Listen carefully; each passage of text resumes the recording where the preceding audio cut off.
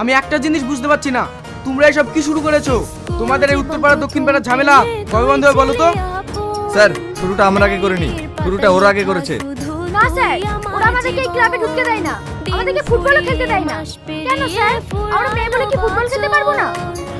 অবশ্যই পারবে, কিন্তু ঝামেলা করে তো আর সবকিছু সমাধান হয় না।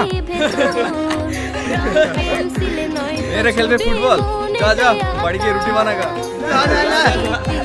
স্যার, আমরা খেলবো ওদের সঙ্গে ফুটবল ম্যাচ। যদি আমরা হেরে যাই তাহলে আমরা কোনোদিন এই ক্লাবে পা রাখবো না। আর যদি আমরা হেরে যাই তাহলে কিন্তু ওদেরকে কোনোদিন এই ক্লাবে পা রাখতে দেবো না। এসব কি বলছো? তোরা খেলবে আমাদের সাথে ম্যাচ?